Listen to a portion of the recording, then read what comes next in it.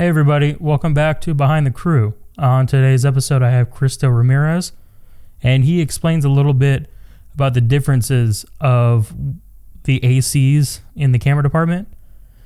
Then we talk a little bit about the respect and disrespect with new coworkers on new gigs.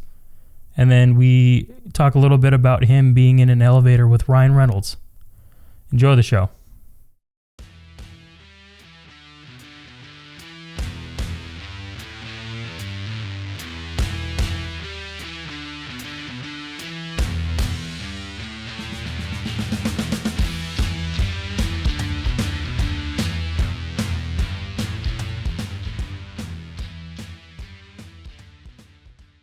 Can you first start off with your name and your title? I'm Christo Ramirez. I'm a first AC in the film industry, production industry.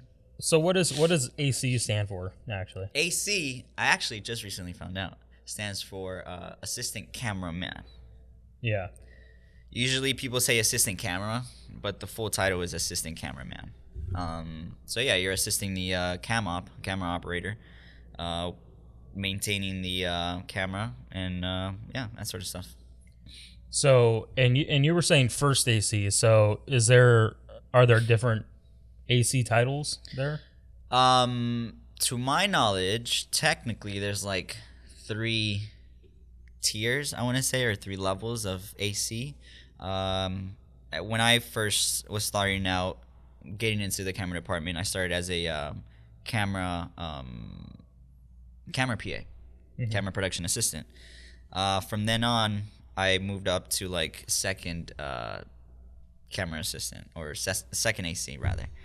And then when you've gone through that, this is how it's supposed to happen. It usually doesn't, but this is how the tiers or the steps work.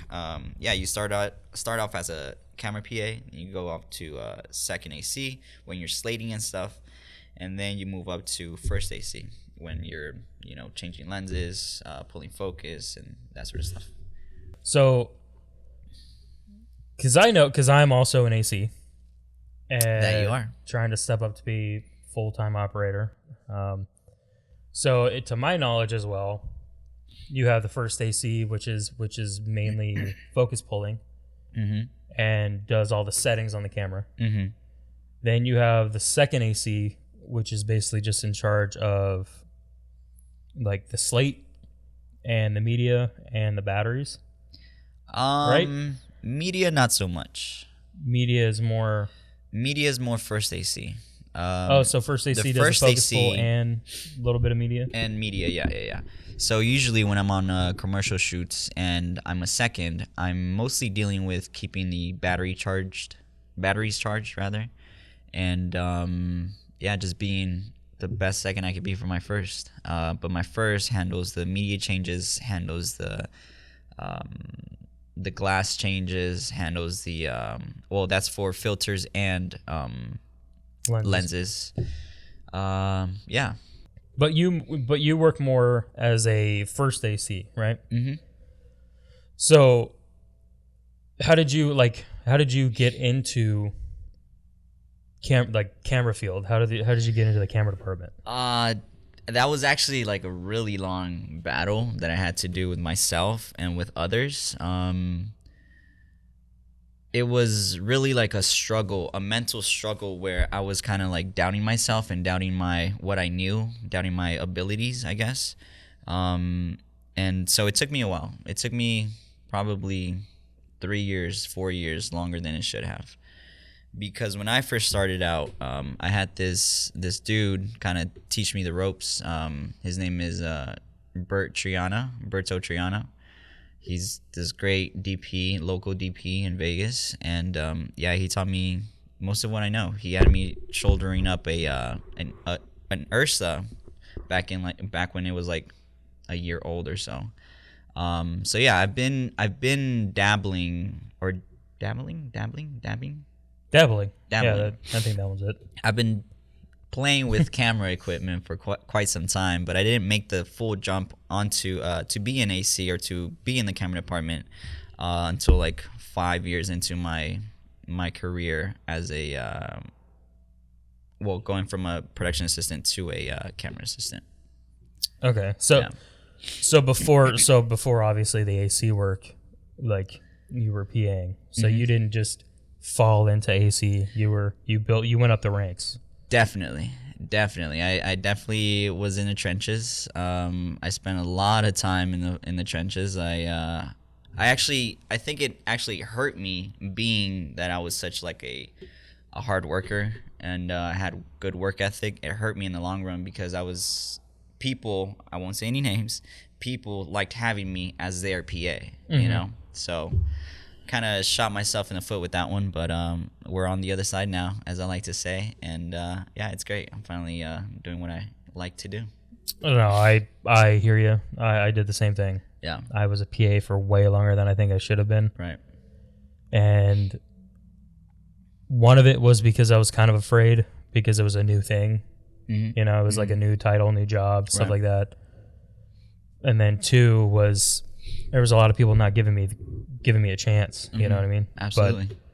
But our lead AC that used to be lead AC on the Ultimate Fighter, Drew, who passed away. Yes. He actually called me one day and was like, "Hey, I heard you want to be an AC," and I was like, "Yeah, I do." And he's like, "Can you start tomorrow?" Because somebody dropped out. Gotcha. So like we were already mid-season in. Yeah. And I think I was at that time, I was the morning production coordinator. Okay. And I had the day off. And he called me and he said that. And I was like, yep. He's like, all right, cool. You start tomorrow. Nice. And I was like, hell yeah, dude. And I got thrown into it. Like, I knew how to do most of it. But like when it came to like those F800s, I had a camera operator who's still actually my operator on the show. He asked me to go swap a lens out, and it took me like 30 minutes because I didn't know how to do that one. Because like I'm so used to like the DSLRs where I was like, oh yep, here's a button, slide, blah blah blah. Right.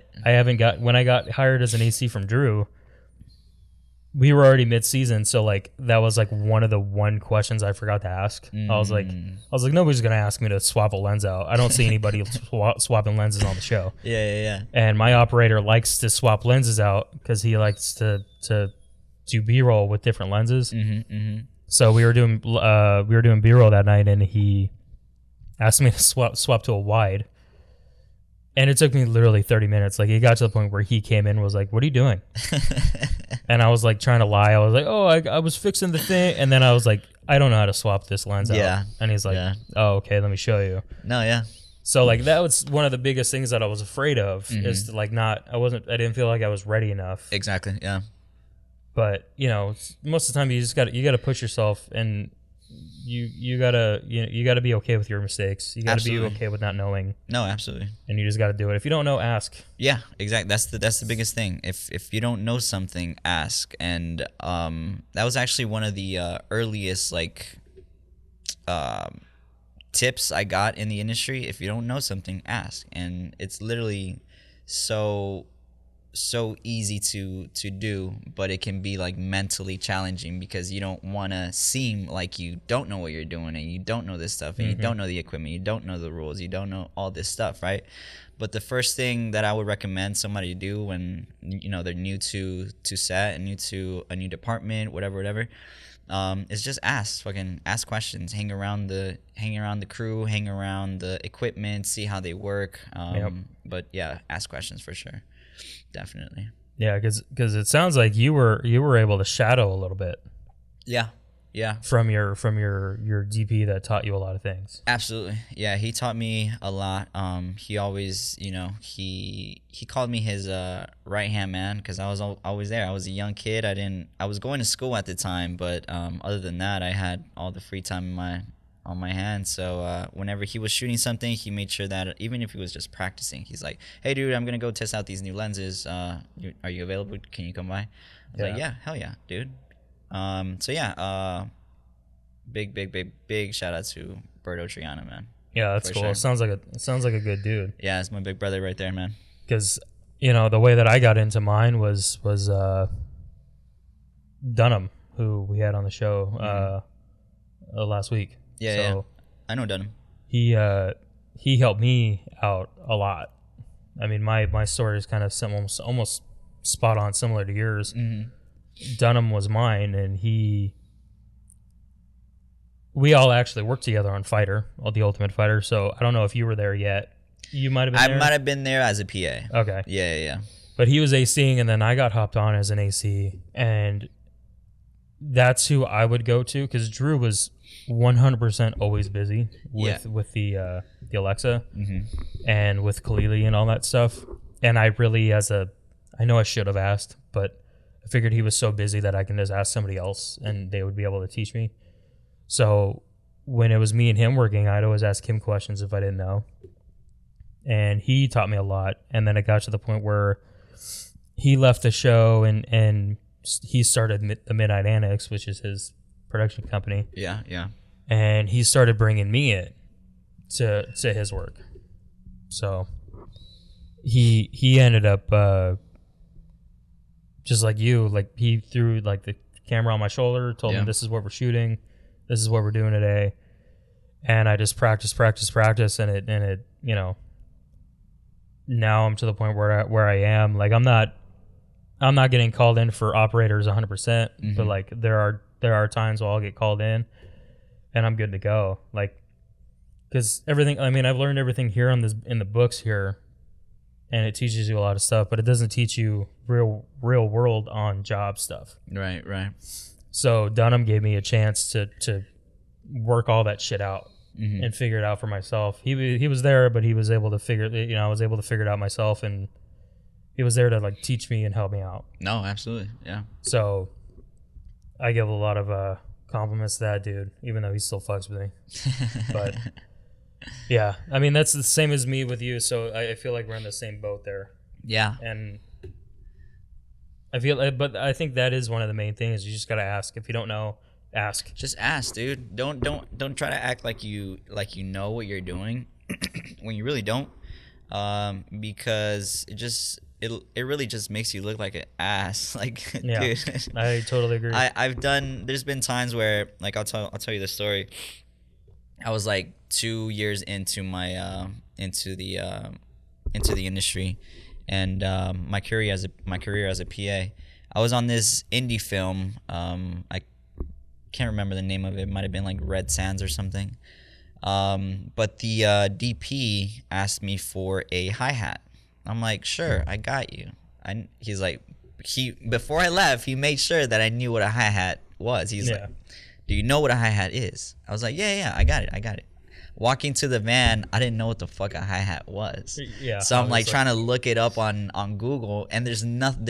I'm getting results for top hats. Yeah. I'm like, dude, no, like a hi-hat camera, fucking, putting all the keywords in. Yeah. And so I spent about probably like 15 minutes in the van looking for a hi-hat. I find this thing. I'm like, this kind of looks like a hat. I don't know. And then that's when he approaches the van. He's like, hey, are you good? He's like the story you just told. Yeah. He's like, hey, are you good? I'm like, I can't find the hi-hat. He's like, you're stepping on it. I'm like, oh shit. He's like, yeah, dude, fucking, it's all good, but just if you don't know, just ask. Yeah. Just ask. And like, okay, like from that point on, I just started asking whenever I didn't know. Yep. So yeah, gets you definitely a good thing to do when you first start out. Yeah. I'm gonna fix this really quick. Ow, I'm afraid it's gonna fall. His arm.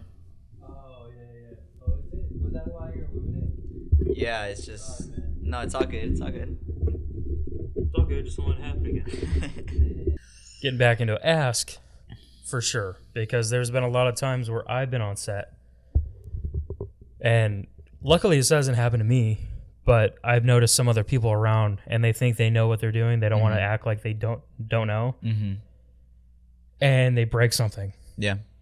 Like, I've seen a dude break a lens because he didn't know. Right. Like, that's what happened to me. Go swap this lens out. I didn't know what I was doing. Luckily, my operator came in and taught me how to do it. Mm-hmm.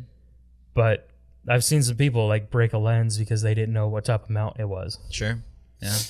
I also know that, like, I've seen somebody jam in a CFast card when it was supposed to be a CFast 2.0. Yeah. Like, and it got jammed in the camera and you can't get it out. Like I've seen some shit. So like, yeah, you might feel like a dumbass or, you know, but you're still learning. Mm-hmm. Mm-hmm. Like I still ask questions still all the time. No, sure. Yeah. Like, because I don't want to be the one that breaks something or messes something up. Mm-hmm. So I make sure to ask. And I think I might ask way too many questions to the point where people get annoyed with me, but I don't care. I want to know. I want to know that I'm doing it right, or I want to know how it's done correctly. Right. So I don't mess it up. Yeah. So. Yeah, I mean, yeah, because most of the equipment we deal with on a daily is like super fucking expensive. Mm-hmm. And I mean, production has insurance and everything, but at the same time, you want to be called back, you know? Yeah. You don't want to be remembered as a guy who broke the lens because it was the wrong mount or whatever, you know? So, exactly. Yeah, just ask. And my thing is, you've been, sounds like you've been doing way more like different jobs than I have, because I'm usually only doing like production, like reality shows, mm-hmm. Mm-hmm. and I'll do like shorts. Sure. But like I'm not getting paid for those shorts. Like I'm coming in on my own time and doing it because I want to do it. Right. But it sounds like you do like a lot of everything. Yeah, I like to consider myself one of the few people in Vegas that like kind of gets a bunch of work from all sorts of places. I get convention work, corporate work. I get commercials, music videos, reality. I get indie films. Yeah, just about everything, dude. I'm fucking. But that also goes to like my goes hand in hand with how long I spent in the industry. You know, I've made a bunch of connections over the years, and you know, I just get called from everywhere and anywhere. Well, it also helps with your personality too. Sure. Because a lot of people like your personality. Thank you. That makes me really happy to hear. Yeah, I mean, I can't say that I used to be really shy. I used to be like just sit back and be like a fly on the wall and shit. And I learned a lot from that. But at the same time, it's like to advance, you also have to interact with people and build those connections, you know, to grow in this industry. Like the first year or two, I almost got no jobs in the industry because I was going to work and working and doing a great job at it, but I wasn't talking to people and building those connections. And that's something that I learned fast. Like you have to connect with people in order to build your network. And so that's one of the biggest part of the industry. You have to network to, you know, get jobs and shit. So I mean, that's one of my, I wouldn't call it a major problem, but I definitely call it a problem that I'm trying to work on. Is my, like, I think I have a pretty good personality, but also I tend to let things piss me off way more than it should. And I also don't really like talking to people that I don't know. Right. Or people that I know that I'm not going to see again. Because it's just, I already have way too many people in my head. Right. That I don't need another one. Right. But I know that, in a sense, is hurting me as well. No, yeah, exactly. But that's something I need to work on. That's the thing, though. This might be the only time you meet them and see them ever in your life, or they might be your new like buddy. You know, you'll get on everything together and shit. They'll pass you work, you'll pass them work, and it becomes this like relationship where you're looking out for each other, you're taking care of each other, you work, you know, together a lot frequently. And I mean, you never know. I don't go up to everybody that I work with, but I try to meet people and see what they're about, see what they're doing, see, you know, where they're from, this, that, and the third, just to kind of build that connection and put myself out there. Yeah. Do you have the time to get a good night's sleep, eat properly, hang out with the family? So there's like a bit of a dance you have to do when you're working production. You have to do a dance. You have to do a balance of like work. You're at work 12 hours a day. then you have family, then you have, you have to feed yourself. You need time for yourself too, so it kind of becomes like it's definitely like you can definitely feel like you're being tugged from all sides at some points, but I usually, I can't say that I'm the healthiest when I'm working, because when I'm working, I'm also vegan, so I feel like that kind of gets in the way of my eating habits or having a good eating pattern. And I can't say that I eat like my 3 meals a day. I like to sleep in because I like my sleep. I'll choose sleep over eating. So I'll sleep up until like I have to get ready for work, and then I'll just go straight to work. So yeah, I mean, my sleeping is priority, because if I don't get enough sleep, I will be, in a bad attitude all day. Second priority would be food. I try to eat because I know I have to eat, especially because I'm trying to like gain muscle and like, hit my ideal weight of 135. But it's definitely tough, dude. It's definitely tough. There's days where I don't eat other than the one meal we had on set. And then there's times where I'll push myself to eat because I only had one meal on set, and that was like 6 hours ago or whatever. So yeah, it's definitely a dance that you have to do. It's taking me a while. I'm still learning. I'm still trying to balance things out, but I hope to soon have that under control. Yeah. I mean, and then does it like how is it with your family? I mean, do they understand? Because there's a lot of people that work in this industry, and it's not just our industry of production. I mean, there's also the medical field where their normal 8 hours is 12 and more. But like, does your family and your spouse or whatever, do they understand what your typical time day is like? So my family, I feel like they understand now that I've been doing it for so long. They understand now that I will have long days. I will have, I won't have as much time to spend with them and hang out and all that. However, my girlfriend is the one that I still kind of struggle with, like explaining to her, like, because our hours are really long, and it really gets to them when when you're not around for fucking, especially if you're traveling, dude. It's the worst. It's like you're on set 12 hours. You're already out of state. You're away from home. You also have times where the crew wants to hang out, and then like it's just a lot of you definitely need somebody on your side to support and be there for you when you have an extra long day, and instead of like them coming at you like, why are you working so much, this, that, and the third. It's like, no, I just yes, I worked a lot, I'm sorry for not being here, but at the same time it's like I need some support too. So, I mean, and she gives you that, right? I mean, she understands it all. No, absolutely. She's supportive. There's times where she'll be like, hey, okay, like you've been at work a little too long, come back, but at the end of the day, I'm just trying to provide for her, provide for my family, and I mean, there has to be like a compromise. Well, I'm glad your girl understands that. I mean, my girl understands that too, but she's in the medical field, so she like already knows. But she, like, when we started going out and dating for the first time, I was already in this, and she was going to medical school. Okay. Or nursing school. So she didn't realize like my typical day yet. Gotcha. And then she got into it, and she's like, oh yeah, 12 hours just kind of blow right by, doesn't it? And I'm like, yep. Yeah. And then I hear everybody bitching about like their 8-hour day and how they want to quit, and it's so long, and I'm like, okay. Yeah. It's two completely different worlds, the 9 to 5 and the production, or even the medical field. Time just doesn't have the same weight, I guess.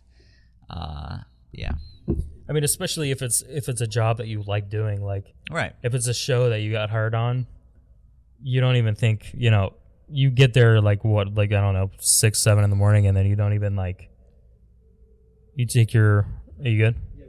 You take your lunch break, Mm-hmm. and then you're like, oh shit, it's been 6 hours already. Exactly. And then like you go back and it's already wrapped, and you're like, I feel like I just started. Yeah. And then there's other days where you hate the job you're at, and you're like, It's fucking holy drags, shit. dude. Yeah. Like, I'll go fuck off in the back or something. You know what I mean? And it's only been like you're gone for, you feel like you're gone for an hour, and it's only been like 20 minutes you've been gone. Yeah. Yeah, some of those No, jobs I've definitely I had some dread. of those. Yeah. Getting For into sure. that, do you have any stories about like your worst job you've had? Worst job. Like, you don't have to mention your show, you don't have to mention the people. You can just describe what you can So without putting anything here's out the there. thing about that. I am a very flexible person. I tend to not let things get to me as much. One of the first things I learned in the industry, somebody told me, they were like, never take anything personal. And ever since then, I kind of ran with that, and it's kind of worked in my favor. Where I've never had like an altercation where it's like, oh, I'm never working for this company again, or I'm never this, that, and the third. Like, sure, you have your like Flow Sports where they hire you to cam op and they're paying you PA rate, you know. Yeah. But other than that, yeah, I really don't have any stories that come to mind where I was just like, fuck this, you know, like I don't want to do this anymore, or I hate everybody. Yeah, dude. I mean, I'm picturing myself right now like climbing through not climbing, but hiking through like mountains with like gear on me and shit, and I'm kind of loving it, honestly, because I'm doing what I like to do, you know. Yeah. I'm dealing with camera shit, I'm carrying sticks, I'm carrying all types of shit. So yeah, I try to make I try to not let things get to me. Yeah, I kind of figured that. I knew right when I let that question go out of my mouth, I was like, he's not gonna have shit to say about this one. Yeah, no. Yeah, I try not to let things get to me. Sometimes there have been times where I've like gotten into it with somebody. Actually, there was just a show. Yep.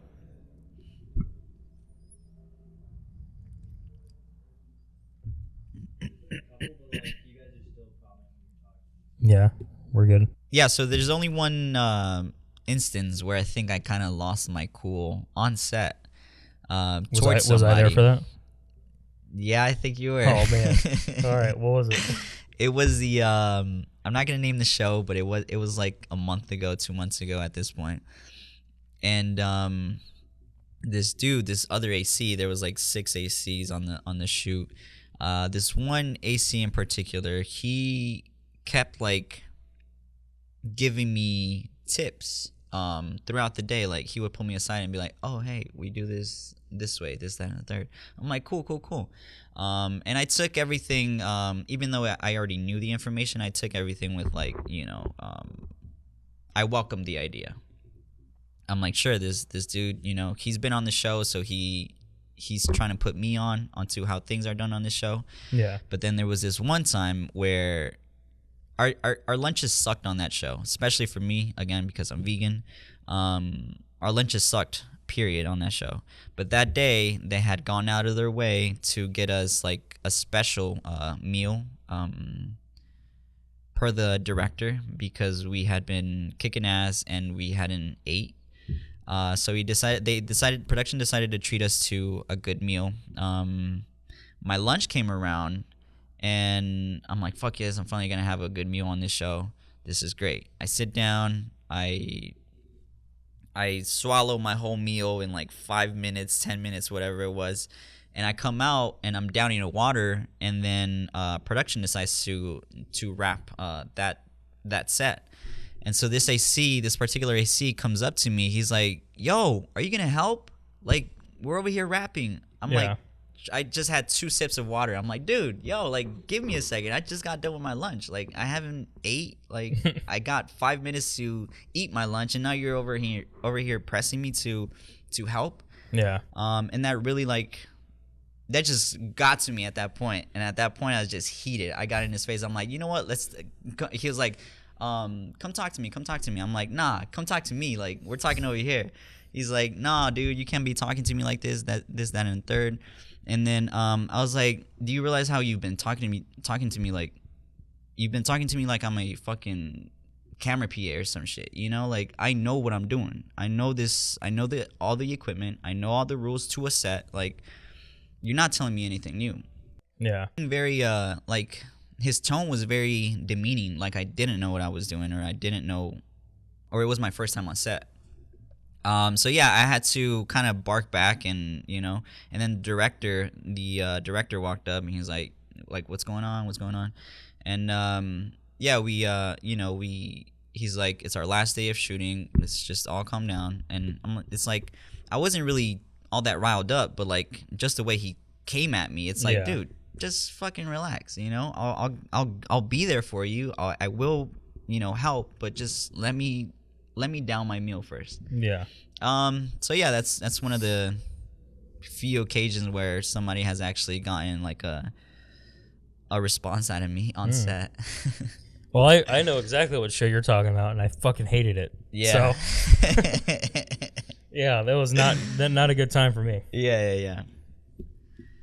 I appreciate you putting my name in there, though. Of course. I mean, I still got money out of it, but yeah, I made sure not to fuck your name up. No, thank you. Yeah, no, I did go off a bit on certain people in there too. Yeah. But they all had my back. So yeah. No, that's cool. Yeah, no. Dude, our relationship has grown like immensely this year. This year alone. And I'm very appreciative of it.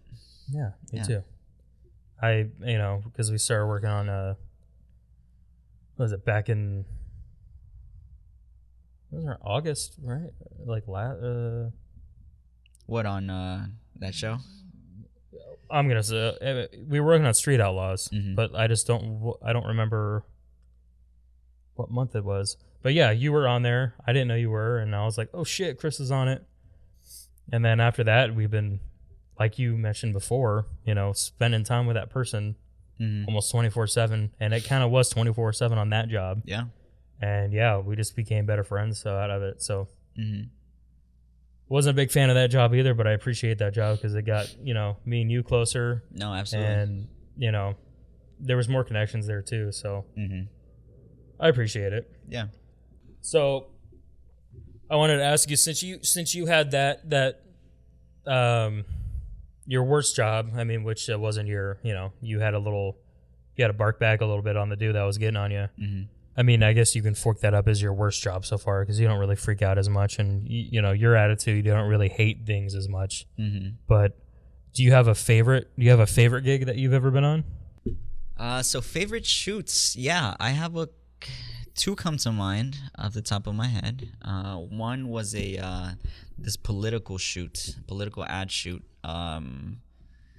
This year, actually, a couple months ago, and it was only my favorite because they had the biggest spread of vegan options that I've ever seen in Crafty. It was pretty amazing. As a vegan, we usually get like peanuts and fucking some fruit leather as our vegan options for Crafty. But on this particular shoot, they had like vegan Skittles, vegan gummy bears, vegan anything that was anything that was non-vegan, they had a vegan option for. It was amazing. So that was definitely one of my higher ranking shoots just because of that. Then we have another shoot which was a couple years ago at this point. It was a shoot for a music video for Deadpool 2. Oh. Yeah.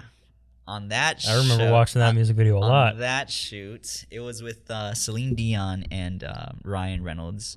I believe the song was called Ashes for the Deadpool 2 soundtrack. That sounds right. Yeah.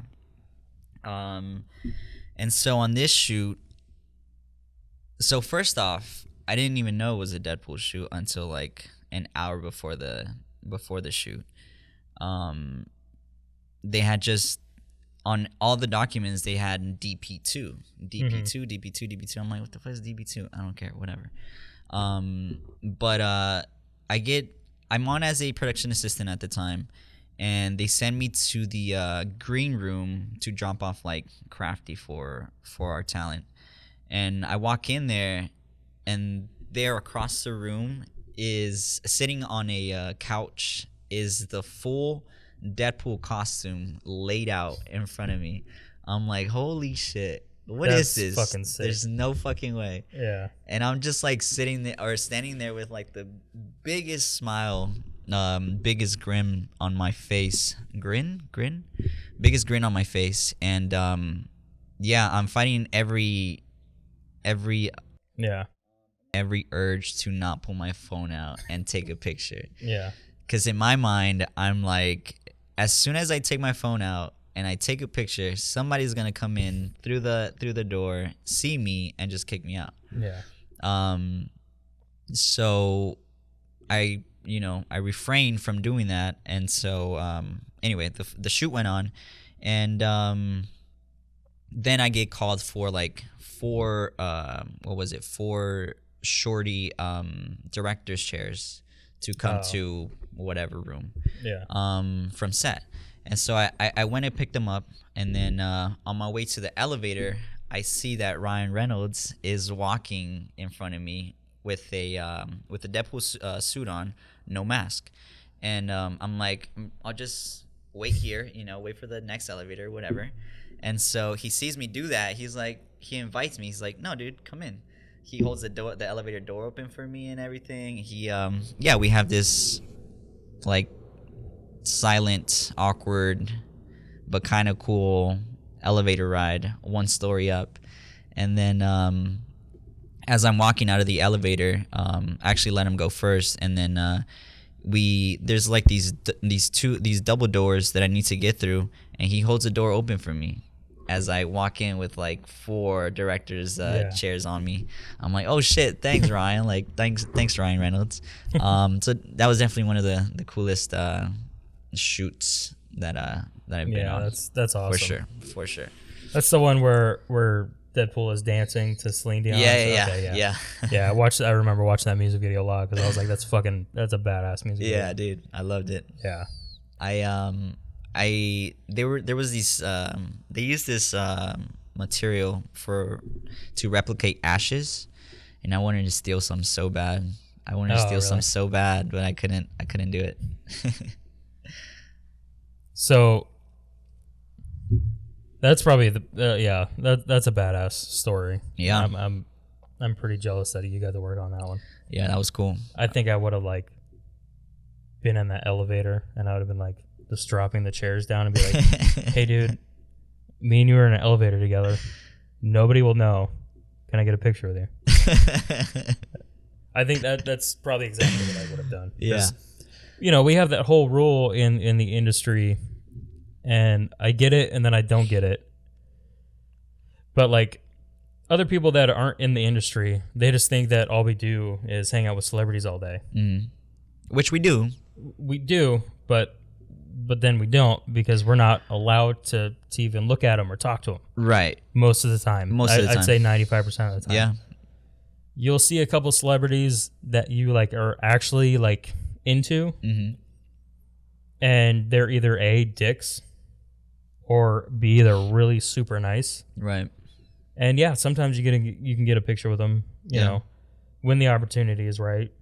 But that's my thing personally, is I got into this industry because I want to operate the camera. I love camera operating. And 2 is I love movies and TV shows. So like I love actors. Like that's, Yeah. I would know before I got into the industry, I would watch all these movies and shows. Like it got so into it where everybody that I was hanging out with, all my friends back then, like I would see the production company title come up before a movie, and I'd yell it out before it even showed it. So like I'm so into it that nerd. Hey man, I like it. But like I got into it, so like I know these actors to where I can play like, what is that? What's that game? 6 Degrees of Kevin Bacon. Sure. But I can play that game with any actor, and I'm like, oh, it's this person. This person was in this movie with this movie and this movie.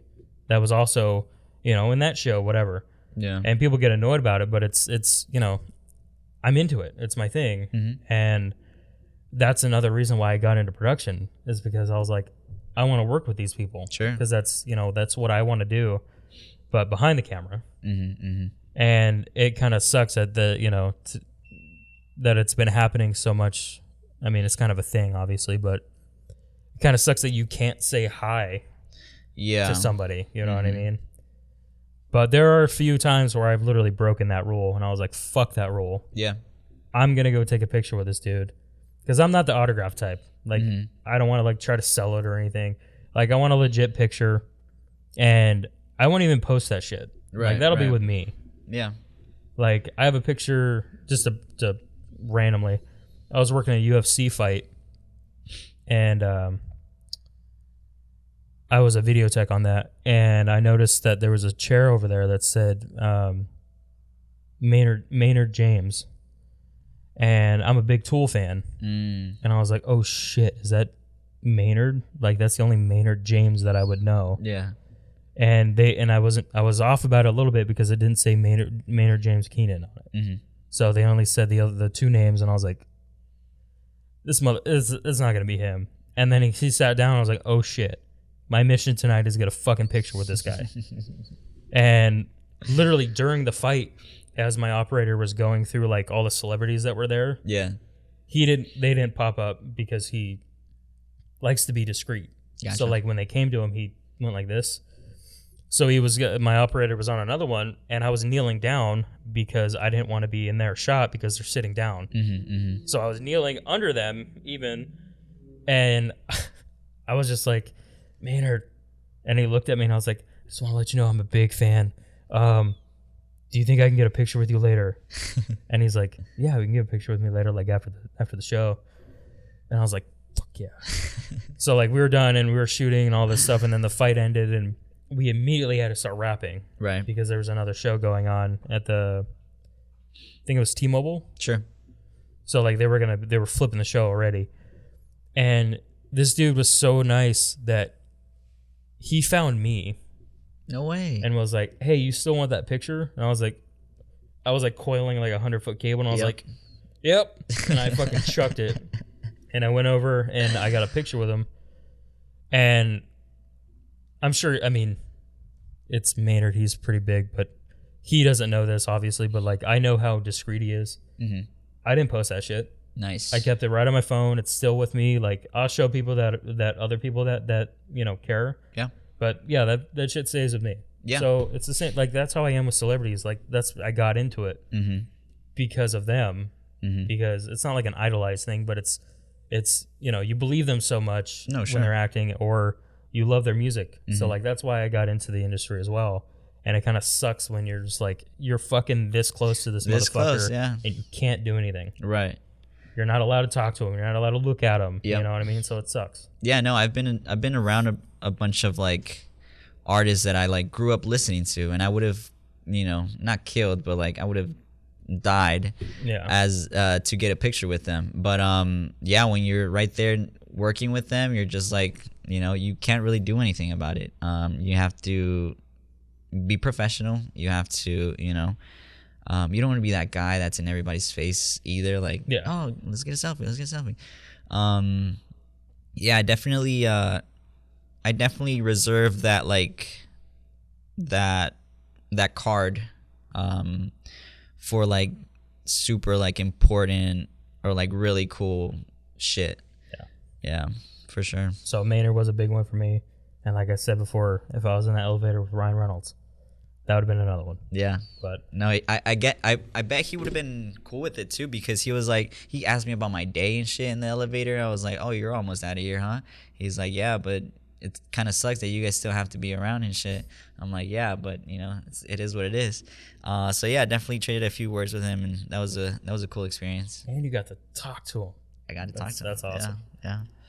I don't think I'm ever gonna see Ryan Reynolds. Hey, you might see him next year.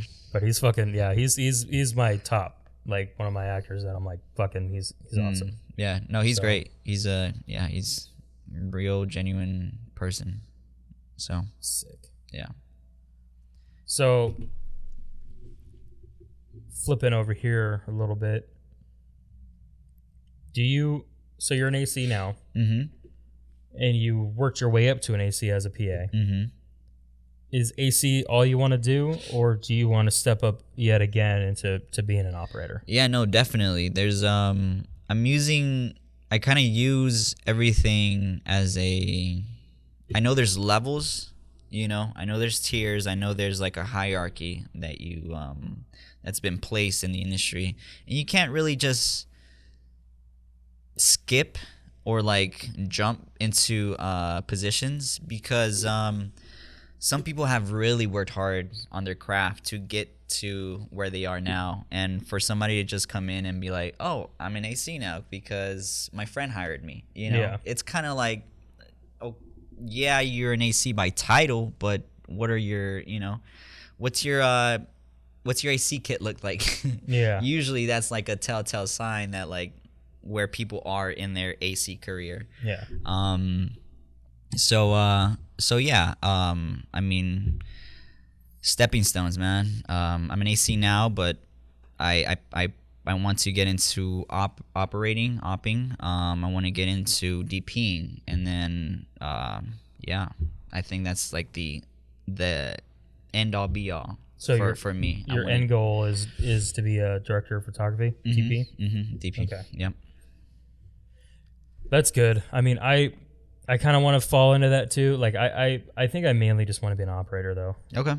But who knows? That can change. No shame in that. Yeah. I might want to be a DP as well. Right. Day, but it all just has to do with how much you're willing to take, I guess, in a shoot. Because when you're the DP, you're getting questions from everybody. That's like a heavy role to get into, from my perspective. But I'm also the type of person that likes to feel challenged. Yeah. If I'm not feeling challenged, then it's just I'm not growing, I'm not learning anything new. So yeah, I definitely want to put myself up to that challenge one day. Well, that's good. I'm glad you have an end result of what you want to do. I mean, and it's fine too. Like, there's some people I know that want to just be ACs. There's a handful of people I know that just want to stay as ACs, and that's cool. No, absolutely. I mean, I'm not judging anybody. I'm on my own journey, and I mean, I think we all are. If you want to be an AC forever, that's fine. There's people that want to be a PA forever. So it's all up to. It all comes down to the person and what they want, and I want more. That's good, man. I think is there? Do you want to give anybody like where they can find you? Like, you might be able to hire you for other stuff or anything. Like, if you want your Instagram handle or anything. So here's the thing. I'm off of social media. I don't do Instagram, TikTok. I'm on YouTube, but who's really networking through YouTube? No Facebook, none of that. But I don't really know how to market myself, actually.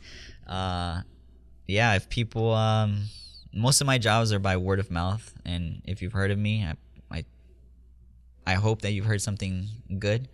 But yeah, I'm around. Okay. I'm around.